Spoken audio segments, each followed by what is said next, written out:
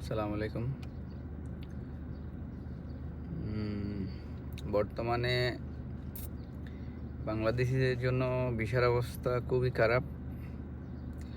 আগে বলা চলে কিছু কিছু ভিসা খোলা ছিল। ধরেন আপনি কোথাও থেকে ক্যান্সেল হয়েছেন, লাইসেন্সের থেকে বা আরবি ঘরের থেকে। একটা সুযোগ ছিল, সব কিছু না থাকলেও আরবি ঘরের ভিসাটা চালু ছিল সব সময়। তো বর্তমানে আরবি ঘরের ভিসাটাও বন্ধ আছে। এই যে সপ্তাহখানিক আগের থেকে আরবি ঘরের ভিসাটাও বন্ধ। তো আসলে আমাদের যে সুযোগ সুবিধা এমআরওতে ছিল, ইউএইতে, সব দিকে আসলে সব সুযোগ সুবিধা আস্তে আস্তে বন্ধ হচ্ছে। আসলে জানি না সামনে আমাদের বাংলাদেশিদের কপালে কি আছে বা বাংলাদেশিদের জন্য কি আছে বলা যাচ্ছে না। সবাই আসলে বলছে যে ভিসা খুলবে, ভিসা খুলবে, ভিসা খুলতেছে, এই অমুক নিউজ করছে, তমুক নিউজ করছে। কিছুদিন আগে দেখা গেছে আমাদের বিশেষ করে বাংলাদেশের কিছু টেলিভিশনে, কিছু পত্রিকাতে, ভালো ভালো নিউজ পোর্টালে এমনভাবে বিষয়টা ছড়াইছে, ভিসা খুলে গেছে, ভিসা খুলে গেছে। দেশ থেকে বলেন, এখান থেকে বলেন, যারা আসার জন্য ট্রাই করতেছে, ভিসা লাগানোর জন্য ট্রাই করতেছে, সবাই বলতেছে ভাই ভিসা তো খুলছে, এই হয়েছে সেই হয়েছে, ভিসা তো খুলছে, ভিসা তো খুলছে। আসলে যারা এই কাজগুলা করে, ভিসা সংক্রান্ত কাজগুলা করে বা টাইপিং সেন্টারের কাজগুলা করে, যাদের কোম্পানি আছে, তারাই আসলে সঠিক নিউজটা জানে। প্রতিনিয়ত যারা কাজ করে তারাই বিষয়গুলো জানে। বেসিক্যালি এখানে হচ্ছে কি, আপনার সকালবেলা এক কানুন, বিকেলবেলা আরেক কানুন।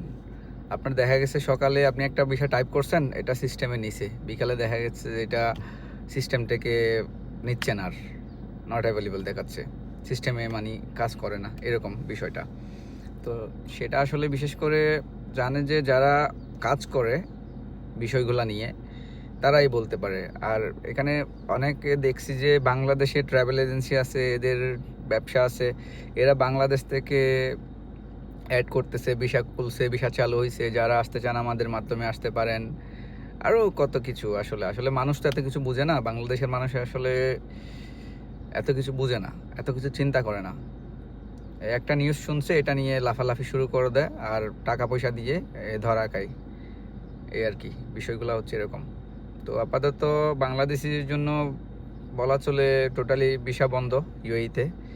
আপনি নতুন করে তো কোনো বিষয় করতে পারবেন না। আর পুরাতনের ক্ষেত্রে যারা ক্যান্সেল হচ্ছেন, আগে ক্যান্সেল হওয়ার পরে দেখা গেছে হাই প্রফেশনের ভিসা লাগাইতে পারছেন, সার্টিফিকেট বানানো, সার্টিফিকেট দিয়ে, বা আরবি ঘরের ভিসা লাগাইতে পারছেন নর্মালে, এগুলো কোনো সার্টিফিকেট ছাড়া। এখন আপাতত এই সুযোগটাও চলে গেছে আমাদের হাত থেকে, এগুলো হচ্ছে না। আপনার যে ভুয়া সার্টিফিকেট, আগে বানানো যে সার্টিফিকেটগুলো হাই প্রফেশন ভিসা করছে, এগুলো হচ্ছে না আপাতত। আর এগুলাতে যে রুলস করছে বর্তমানে, এই সার্টিফিকেটগুলো যদি আপনার ভুয়া বা জালিয়াতি প্রমাণিত হয়, তাইলে এগুলা হিউম্যান রিসোর্সের থেকে, আপনার লেবারের থেকে এটা ওরা আইনগত ব্যবস্থা নিবে।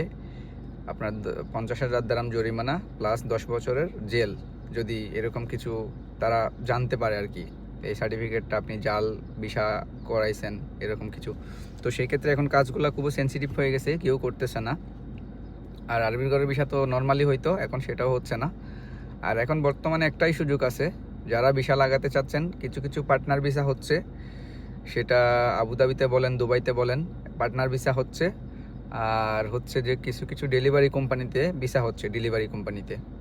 এই যেমন ধরেন মোটরসাইকেলের যে রাইড শেয়ারিংয়ের মতো যে ডেলিভারিগুলো আছে এখানে, এই ফুড ডেলিভারি, নন, তারপরে তালাবাত, এরকম কিছু ডেলিভারি কোম্পানির ভিসা হচ্ছে। তো এগুলা আমি আসলে জানি না এগুলা নিলে কতটুকু ভালো হবে বা খারাপ হবে।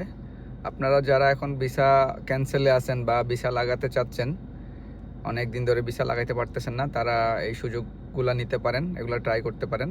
আপাতত তো অন্য কোনো ভিসা চালুই নাই আমাদের জন্য। আসলে বুঝতেছি না আসলে বাঙালিদের সমস্যাটা কোথায়। সব দিকে যে সুযোগগুলো থাকে সবগুলো বন্ধ হচ্ছে একটার পর একটা, সবগুলা সুযোগ বন্ধ হতে আছে একটার পর একটা। আমাদের তো নতুন কোনো সুযোগ আসতেছে না ভিসা লাগানোর ক্ষেত্রে, নতুন কোনো সিস্টেম আসতেছে না। যেই সুযোগগুলো ছিল আগে থেকে, এগুলোও বন্ধ হচ্ছে। আসলে এটার জন্য দায়ী আমরা নিজেরাই। এই যে ভিসার যে জটিলতা বাড়তেছে দিন দিন বা হচ্ছে, এটার জন্য দায়ী হচ্ছে আমরা নিজেরাই। এটা ইউএই গভর্নমেন্টকে কখনো দায়ী করা যাবে না, এটার জন্য আমরা নিজেরাই দায়ী। তো যাই হোক, যাক, এখন যারা ভিসা লাগাতে চাচ্ছেন তারা এই সুযোগগুলা নিতে পারেন, না তো আপনার অবৈধ হয়ে তো কোনো লাভ নাই। আর যাদের ভিসা শেষ হয়ে গেছে, ভিসা লাগাইতে পারতেছে না, তারা এখানে অবৈধ হয়ে বাংলাদেশিদের যে ইয়াটা আছে ওইটা আরও কমবে। তো আপনারা এক কাজ করেন, ভিসা যে সুযোগগুলো আছে এগুলো চেষ্টা করেন, আর না হলে দেশে চলে যান। যদি এখানে দেখেন আপনার কাজকর্ম না থাকে, বসে বসে তো আর ইয়া করা যায় না, খাওয়া যায় না, এখানে অনেক খরচ। এটা তো বাংলাদেশের মানুষ বুঝবে না। আসলে বাংলাদেশের মানুষ হিসাব করে 50,000 টাকা কামায়, মাসে 60,000 টাকা কামায়, 1 লাখ টাকা কামায়। এই 50,000 টাকা যদি কামায়, এখানে এর পিছনে 30,000 টাকা এর খরচ আছে প্রতি মাসে। যারা ফ্রি ভিসায় বিশেষ করে আসে, বাইরে কাজ করে, আপনি ভিসা লাগাইতে আপনার হিসাব করেন 10,000 দিরহাম খরচ আছে। তো আপনি 10,000 দিরহাম ভিসা লাগানোর পরে খরচ করে আপনি কোনো একটা দোকানে, কোনো একটা শপে, কোনো একটা কোম্পানিতে চাকরি করতেছেন, টাকা খাওয়া দিয়ে আপনার 1200-1500 স্যালারি দেয়। তো 1200-1500 স্যালারি দিয়ে আপনার হবেটা কি আসলে? এটা তো বোঝে না। 1200-1500 স্যালারি, 1500 যদি হিসাব করেন আপনি, তাহলে আপনার পরে প্রায় 50,000 টাকা, 50-55 হাজার টাকা পরে আর কি এখন টাকার যে রেট এই হিসেবে। তো মানুষ আসলে এটা দেখে চিন্তা করে আমি 10,000 টাকা দেশে কামাই, বিদেশে যাই 50,000 টাকা কামাই, এটা চিন্তা করে সবাই। আসলে এর যে খরচ আছে, এর যে একটা ভিসা বাবদ খরচ আছে, এর নিজের রুম, খাবার, যে নাস্তা আনুষঙ্গিক যে খরচটা আছে, এটা আসলে কেউ চিন্তা করে না। সেম ইউরোপের ক্ষেত্রে যেরকম সবাই চিন্তা করে মাসে 1 লাখ টাকা 2 লাখ টাকা কামাই, আসলে যারা ইউরোপে থাকে তাদের ভিডিওগুলো মাঝে মধ্যে দেখি, এরাই বলে এখানে ব্যয়বহুল অনেক, খরচ অনেক বেশি। মানে কামাইটা যেরকম, খরচটা ওরকম।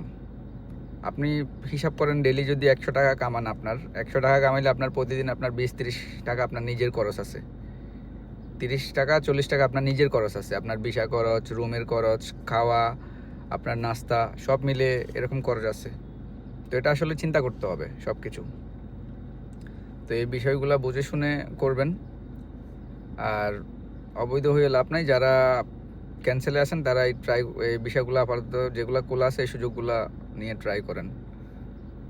আজকে এ পর্যন্ত। ইনশাল্লাহ সামনে যদি কোনো নিউজ পাই তাহলে আপনাদেরকে দিব। আল্লাহ হাফেজ।